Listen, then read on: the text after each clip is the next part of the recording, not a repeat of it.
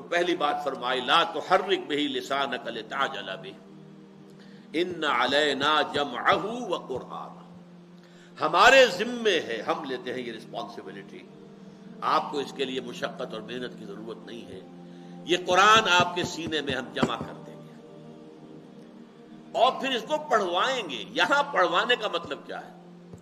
یہاں قرآن جو ہے قرآن مجید کے لیے اس میں علم کے طور پر نہیں آیا، یہ مصدر ہے، اس کا پڑھوانا یعنی ترتیب۔ ظاہر بات ہے قرآن مجید کی ترتیب نزولی اور ہے، ترتیب مصحف اور ہے۔ ترتیب نزولی میں تو سب سے پہلے سورہ علق کی 5 آیتیں ہیں، پھر سورہ قلم کی 7 آیتیں ہیں، پھر سورہ مزمل کی ابتدائی آیتیں ہیں، پھر سورہ مدثر کی ابتدائی آیتیں ہیں قرآن، اور پھر سورہ فاتحہ ہے، اور ترتیب مصحف میں سب سے پہلے سورہ فاتحہ ہے، اور پھر سورہ بقرہ ہے جو کہ مدینے میں جا کے نازل ہوئی۔ تو ترتیب مصحف اور ہے، ترتیب نزولی اور ہے۔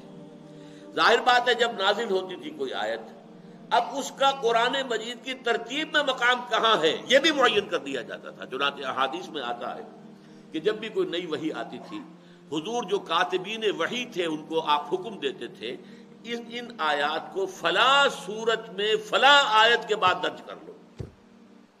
یہ ترتیب اور تدوین قرآن مجید بھی اللہ نے کی ہے، اللہ کے رسول نے کی ہے۔ اصل میں ہمارے ہاں بعض مغالطے ہیں لوگوں کے ذہنوں کے اندر۔ حضرت عثمان رضی اللہ تعالیٰ عنہ کے لیے ہمارے جمعہ کے خطبات میں جامع آیات القرآن، آیات قرآنی کے جمع کرنے والے حضرت عثمان ابن عفان رضی اللہ تعالیٰ عنہ، بہت بڑا مغالطہ آمیز ہے یہ بات۔ اس سے لوگوں کو یہ مغالطہ ہوتا ہے کہ شاید اس سے پہلے قرآن جمع ہوا ہی نہیں تھا۔ نہیں، قرآن جمع حضور کی اپنی زندگی میں ہو چکا ہے، اس کی ترتیب مکمل ہو چکی ہے۔ اس ترتیب کے ساتھ ہر رمضان میں حضور صلی اللہ علیہ وسلم حضرت جبرائیل کے ساتھ دورہ کرتے تھے قرآن کا، اور جو آپ کی حیات دنیاوی کا آخری رمضان تھا اس میں آپ نے 2 مرتبہ پورے قرآن کا دورہ کیا حضرت جبرائیل کے ساتھ، جیسے کہ ہمارے حفاظ دورہ کرتے ہیں۔ تو ترتیب ہو چکی تھی۔ ہاں، کہیں لکھا ہوا کتابی شکل میں جمع شدہ موجود نہیں تھا۔ کسی کے پاس کوئی صورتیں لکھی ہوئی ہیں، کسی کے پاس کوئی آیتیں لکھی ہوئی ہیں، کسی کے پاس کوئی اونٹ کی شانے کی ہڈی کے اوپر کچھ لکھا ہوا ہے، کسی کے پاس کسی کپڑے پہ کتابیں تھی، نہ چھاپے خانہ تھا، کچھ بھی تو نہیں تھا۔ اور قوم وہ تھی جو ان پڑھ امیین، ان میں پڑھنے لکھنے والے ہی گنتی کے لوگ تھے۔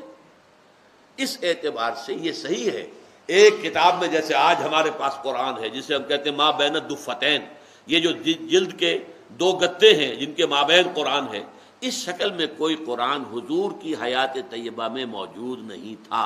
لیکن اس کا یہ مطلب نہیں ہے کہ قرآن مرتب اور مدون نہیں ہوا تھا، جمع نہیں ہوا تھا۔ قرآن جمع ہو گیا تھا، مرتب ہو گیا تھا، مدون ہو گیا تھا، اس کی ترتیب مصحف طے ہو چکی تھی۔ البتہ اس کے بعد پھر حضرت ابو بکر رضی اللہ تعالیٰ عنہ کے عہد خلافت میں جب یہ جو مرتدین تھے، جو نئے جھوٹے نبیوں کے ماننے والے پیدا ہو گئے تھے، ان کے خلاف جہاد اور قتال ہوا اور بہت سے حفاظ جو ہیں شہید ہو گئے، تو تشویش پیدا ہوئی کہ اس تیزی کے ساتھ حفاظ اگر شہید ہو جائیں گے تو کہیں قرآن گم نہ ہو جائے۔ لہذا تجویز آئی کہ اسے کتابی شکل میں مرتب کر لیا جائے۔ اس تجویز پر حضرت ابو بکر ریلکٹنٹ رہے بہت دیر تک کہ جو کام حضور نے نہیں کیا میں کیسے کروں، لیکن پھر دلائل جب دیے گئے تو مان گئے۔ اور پھر حضور حضرت ابو بکر کے عہد خلافت میں جو کاتبین وحی حضور کے زمانے میں کتابت کرتے تھے وحی کی، ان کا ایک بورڈ بنایا گیا، ان کے زید بن ثابت رضی اللہ تعالی عنہ وہ ان کے صدر بنے، اور انہوں نے پھر قرآن مجید کو ان بین الدفتین، ان 2 گتوں کے درمیان جیسے کتابی شکل ہوتی ہے ایسی کتابی شکل میں جمع کر دیا۔ اب ظاہر بات ہے کہ یہ ہو گیا ہے حضور کے انتقال کے سال، سوا سال، 1.5 سال بعد، اس لیے کہ حضرت ابو بکر کا کل عہد خلافت 2 سال ہے، سوا 2 سال ہے، اس لیے وہ دیر نہیں ہے، وقفہ نہیں ہے۔ تو اولین جمع و تدوین قرآن حضور کے اپنے دور میں حیات طیبہ میں ہو گئی، لیکن وہ سینوں میں محفوظ تھا، کتابی شکل میں ابھی محفوظ اور مرتب اور مدون نہیں تھا۔ کتابی شکل میں پھر مرتب اور مدون ہوا ہے تو وہ حضرت ابو بکر کے عہد خلافت۔ اس کے بعد تیسرا مرحلہ آیا حضرت عثمان کے زمانے میں۔ شکل یہ تھی کہ جیسے آپ کو معلوم ہے پنجابی کی ایک زبان کا نام نہیں ہے، یہاں تک کہ امبرسری پنجابی اور تھی، لاہوری پنجابی اور ہے، گجرانوالے کی پنجابی اور ہے، لہجے مختلف ہیں، ساتھ پتہ چل جاتا ہے کہ یہ کون سی زبان بول رہا ہے۔ اور ذرا اور آگے چلے جائیں گے تو جانگلی پنجابی کچھ اور ہے۔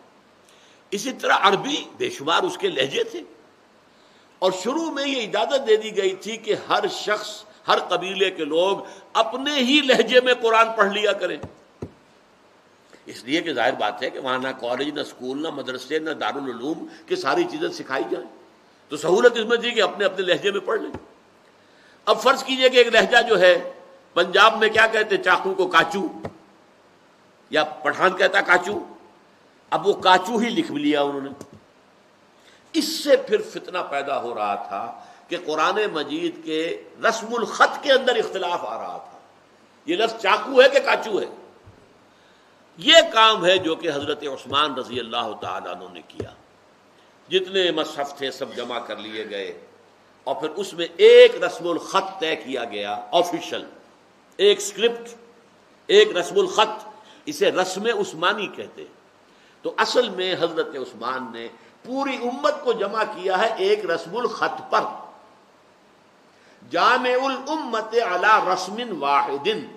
جامع و آیات القرآن غلط ہے، آیات القرآن جمع ہو چکی تھی خود حضور کی حیات طیبہ میں، آپ کے سینہ مبارک میں بھی، اور بہت سے صحابہ کے سینوں کے اندر جو حفاظ تھے، کتابی شکل میں نہیں۔ کتابی شکل میں جمع ہو گئی حضرت ابوبکر کے زمانے میں، لیکن پھر لکھنے میں فرق آنے لگا۔ اب دیکھیے مالک یوم الدین، مالک لکھنے کا ایک ذریعہ طریقہ یہ میم الف لام کاف مالک، ایک طریقہ یہ میم پر کھڑا الف اور لام کاف، الف علیحدہ سے نہیں آیا، یہ بھی مالک ہے، یہ بھی مالک ہے۔ لیکن مصحف عثمانی میں اسی طرح لکھا جائے گا، میم الف لام کاف نہیں لکھا جائے گا کبھی، میم پر کھڑا زبر اور لام کاف، مالک یوم الدین۔ یہ تعین کر دیا رسم الخط، اور حضرت عثمان نے پھر اس کی نقلیں کرائیں، اور بڑے بڑے جتنے بھی صوبے تھے، اس وقت تک تو اسلام بہت پھیل چکا تھا۔ تاشقند میں ایک نسخہ موجود ہے حضرت عثمان کا، اسی طریقے سے استنبول کے اندر ایک نسخہ موجود ہے۔ تو یہ نسخے جو ہے مختلف ممالک کے اندر پھر بھیج دیے گئے تھے۔ تو ایک رسم الخط پر حضرت عثمان نے امت کو جمع کر دیا، ورنہ قرآن مجید کی جمع و تدوین حضور کی اپنی حیات طیبہ میں ہو چکی تھی، حضور کے سینہ مبارک میں اور حفاظ کرام کے سینہ ہائے مبارک میں۔ اس کے بعد کتابی شکل میں مرتب ہوا ہے اور جمع ہوا ہے حضرت ابوبکر کے زمانے میں۔